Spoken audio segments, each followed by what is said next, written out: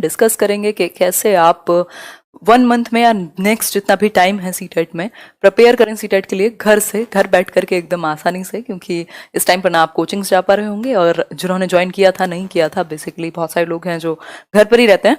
तो उस केस में कैसे हम तैयारी कर सकते हैं सीटेट की, और बहुत आसानी से सीटेट घर पर रहकर विदाउट कोचिंग ऑनलाइन की सहायता से, थोड़ा बहुत जो आपके पास बुक्स हैं सेल्फ स्टडी की सहायता से किया जा सकता है। और 1 मंथ एक सफिशिएंट टाइम है अगर आप थोड़ा सा ध्यान देते हैं। तो स्टार्ट करेंगे। क्या एक स्ट्रेटेजी रहनी चाहिए, क्योंकि वो इंपॉर्टेंट है। अगर आपके पास कोई प्लान ही नहीं है तो फिर तो आप कितने भी घंटे दे दीजिए, पता ही नहीं लगेगा कि आप जा किस डायरेक्शन में रहे हैं। ठीक हुई बात। स्टार्ट करते हैं आज का सेशन, समझते हैं, डिस्कस करेंगे। 3 ही चीजें होती हैं किसी भी एग्जाम को लेकर के, जब आप प्लानिंग कर रहे होते हैं, तैयारी कर रहे होते हैं, कैसे आप उसे क्रैक करेंगे, इन तीनों चीजों के बारे में बात करेंगे। और कितना टाइम आपको देना चाहिए इसके बारे में बात करेंगे। वीडियो देखिएगा शांति से बैठ के। एक वीडियो का जो ये दिया हुआ समय है, 10 मिनट की वीडियो है या 15 मिनट की वीडियो है, ये आपको पूरे सीटेट एग्जाम तक हेल्प करेगी। अगर मैं बात करूं तो सब्जेक्ट्स पता ही है आपको कि कितने सब्जेक्ट्स हैं, मोस्ट इंपॉर्टेंट टॉपिक्स कौन से हैं उनको डिस्कस करेंगे। क्या आप एक नॉर्मल टारगेट रख सकते हैं, हवा में तीर नहीं कि हम 150 में से 150 लाएंगे, क्या एक टारगेट रख के आप तैयारी कर सकते हैं ऐसे टाइम पर। इसके अलावा कौन से वो वर्ड्स हैं जो पेडागोजी में आपको डील करने में मदद करेंगे, जिनको आप फोकस कर सकते हैं। लेट्स लर्न आपकी क्या सहायता करेगा। अगर आपने अभी तक सब्सक्राइब ना किया हो तो जरूर कीजिएगा, क्योंकि ये जो 1 महीना है जब तक भी सीटेट होता है आपका, बहुत ज्यादा मदद आपको मिलने वाली है। एंड व्हेन आई से इट आई मीन इट। तो स्टार्ट करेंगे आज का सेशन।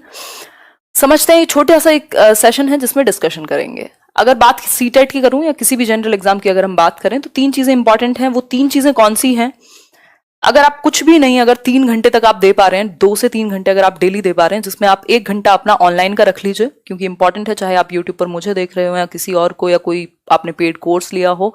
1 आवर से ज्यादा नहीं, 1.5 आवर मुश्किल से, 1 से 1.5 घंटा, उससे ज्यादा वीडियो मत देखिए। और भगा भगा के वीडियो मत देखिए कि 2 की स्पीड पे, मतलब डबल स्पीड पे चलाएंगे, दिमाग एब्जॉर्ब नहीं कर पाएगा। एंटरटेनमेंट नहीं है ना, सिर्फ मूवी नहीं है कि आपको स्टोरी पता करनी है। वो जो चैप्टर आपने पढ़ा है उसको आपको तरीके से एकदम एब्जॉर्ब करते हुए चलना है।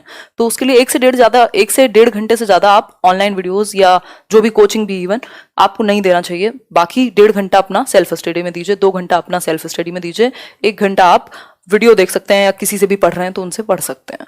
अगर मैं बात करूं, यहाँ 3 चीजें इंपॉर्टेंट है। एक तो एग्जाम का सिलेबस, जो कि सीटेट ने लाइन बाय लाइन दिया हुआ है, मैं आपको टेलीग्राम पे भी शेयर कर दूंगी, बाकी आप ऑफिशियल वेबसाइट से भी डाउनलोड कर सकते हैं। अब इस सिलेबस के बाद भी कुछ मोस्ट इंपॉर्टेंट टॉपिक्स जो अभी हम डिस्कस करेंगे, क्योंकि पूरा सिलेबस आप इस समय पे करें जरूरी नहीं है, तो मोस्ट इंपॉर्टेंट टॉपिक्स इसमें से चूज कर लिए कि भाई इनको करेंगे। तो सिलेबस आपको पता होगा क्या क्या आता है। अब जैसे कई लोग हैं जो हिंदी इंग्लिश में ग्रामर, कई कोचिंग वाले भी पढ़ाने में लगे हुए हैं और आप भी पढ़ने में लगे हुए हैं, उसका कोई फायदा नहीं है। ग्रामर 2 से 3 नंबर मैक्सिमम, हिंदी इंग्लिश में 3 नंबर हद से हद आ गई, और वो ऐसी ग्रामर है, मैं तो कहूं 4 में भी आ जाए तब भी वो ऐसी ग्रामर है जो आप बचपन से पढ़ते आ रहे हैं। अलग से आपको ग्रामर पढ़नी ही नहीं होती हिंदी इंग्लिश में। पेडागोजी आएगी 15 नंबर की, और 7-8 में आपके 2 पैसेज आएंगे जो अनसीन पैसेज होते हैं, उसको प्रैक्टिस कर लीजिए इससे ज्यादा। ठीक, तो जो चीज हमें पढ़नी नहीं है उसकी तरफ हम क्यों जाएं। फिर इसके अलावा पैटर्न जो है पेपर का, हमें पता है 5 सब्जेक्ट हैं पेपर 1 में, 150 नंबर का पेपर है, कोई नेगेटिव मार्किंग नहीं है, आराम से 2.5 घंटा आपको मिलेगा, 1 घंटा मतलब 1 मिनट एक क्वेश्चन के लिए। पैटर्न पता कहां से चलेगा? Previous year questions. अब इसके लिए चाहे तो आप कोई आर गुप्ता का प्रीवियस ईयर ले लो, या कोई भी प्रीवियस ईयर आजकल ऑनलाइन मिल जाते हैं, डाउनलोड कर लो। मैं अभी ऐप पर जल्दी अवेलेबल करा दूंगी नेक्स्ट वीक तक। ठीक, इसके अलावा पैटर्न का पता चल गया। तीसरी चीज है कंटेंट या रिसोर्स।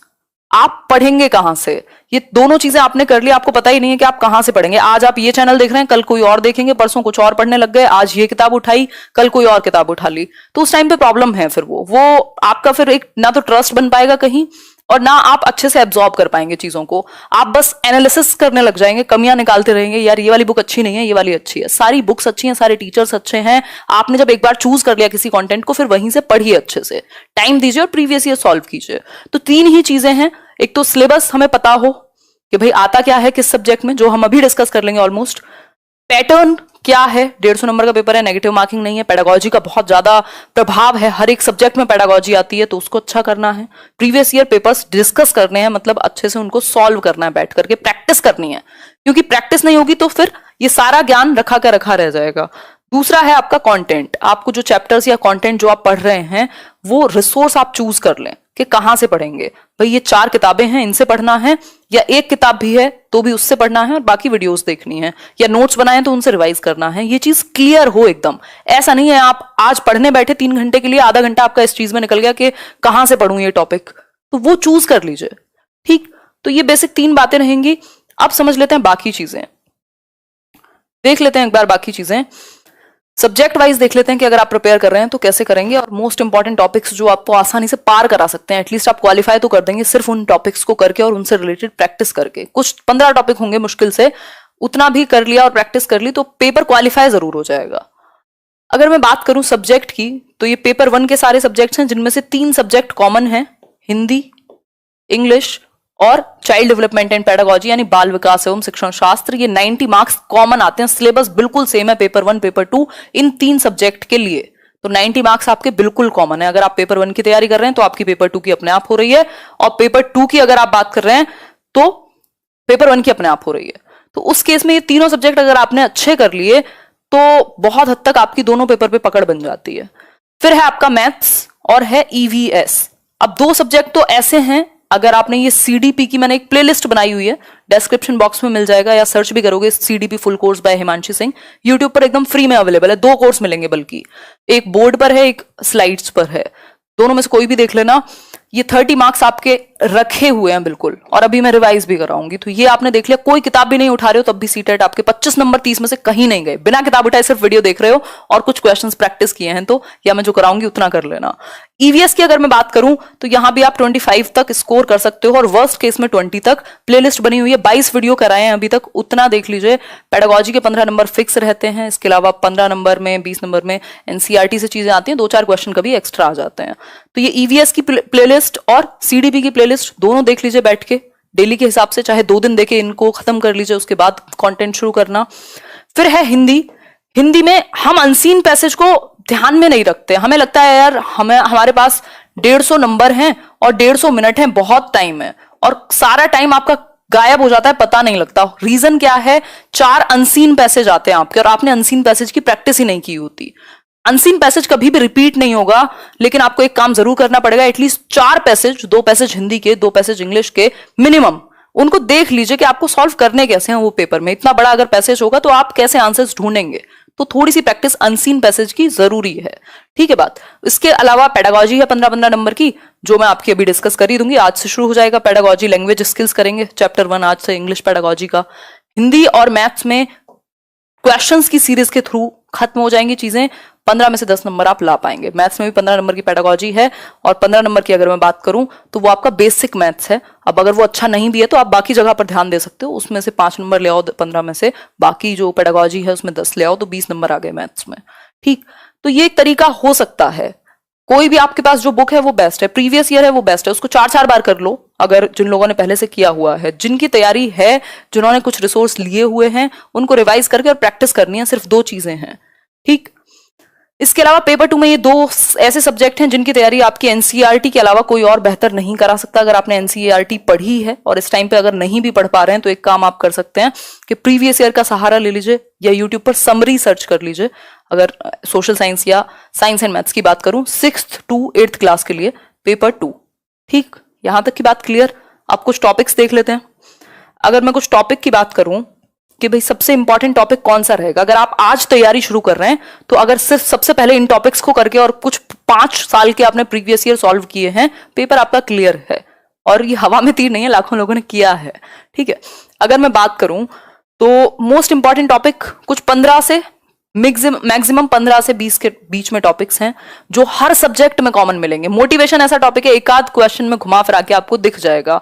अगर मैं बात करूं आपका एनसीएफ, आरटीई, सीसीई जो कॉन्टिन्यूअस एंड कॉम्प्रिहेंसिव इवैल्यूएशन है, उसको आप देखेंगे, आपको हर एक सब्जेक्ट में मिल जाएगा। Teaching ads, teaching learning materials Hindi में भी आएगा, इंग्लिश में भी आएगा, सीडीपी में भी आएगा, बाकी आपके मैथ्स में भी आ जाएगा, ईवीएस में भी आ जाएगा, क्योंकि टीचिंग एड की जरूरत हर सब्जेक्ट में पड़ेगी। बस आपको देखना है कि वो आप उस सब्जेक्ट से कैसे रिलेट करेंगे, ठीक।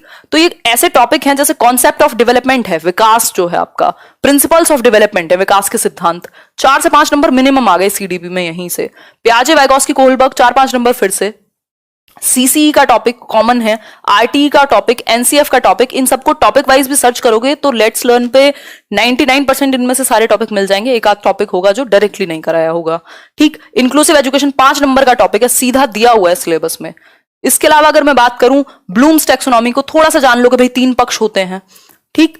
Language and thought, gender, gender का आपको हर एक मैथ्स के सवाल मिल जाएंगे कि जेंडर बायसनेस नहीं होनी चाहिए, ये सारी चीजें आपको लगभग कई जगह पे मिल जाएगा। मोटिवेशन हुआ, language learning and acquisition Hindi में भी काम आएगा और इंग्लिश में भी काम आएगा, जो भाषा अधिग्रहण और अधिगम है। इसके अलावा लैंग्वेज स्किल्स आज रात को करेंगे 9 बजे इसको, ठीक। बहुत क्वेश्चन आते हैं भाषा कौशल पर, हिंदी में भी इंग्लिश में भी। डायग्नोस्टिक एंड रेमेडियल टीचिंग कितना पूछा जाता है, ये सीसीई का ही पार्ट है। उपचारात्मक व निदानात्मक शिक्षण की जो हम बात करते हैं, ये फिर आपकी शिक्षण सहायक सामग्री। और इंटीग्रेटेड सब्जेक्ट टीचिंग मतलब जब आप एक सब्जेक्ट की नॉलेज दूसरे सब्जेक्ट में काम आती है, इंटीग्रेट करके पढ़ाते हैं। बहुत ज्यादा प्रमोट किया जाता है इसको आजकल। और इतने टॉपिक जब आपने कर लिए तो सिर्फ प्रीवियस ईयर इनसे रिलेटेड सॉल्व कर लो या टॉपिक वाइज क्वेश्चंस ढूंढ करके सॉल्व कर लो, वीडियोस देख लो लेट्स लर्न पे, इतना तो कर ही सकते हो। इसके अलावा अगर आप थोड़ा एक्स्ट्रा पढ़ लोगे तो आपके फिर स्कोर अच्छा हो जाएगा। लेकिन ये टॉपिक जब आपने किए हैं तो अच्छे से किए हो, ऐसा नहीं है कि आपने बस टिक लगा लिया कि हाँ हमें ये पता है, तो उसका फिर फायदा नहीं होगा। ठीक है बात।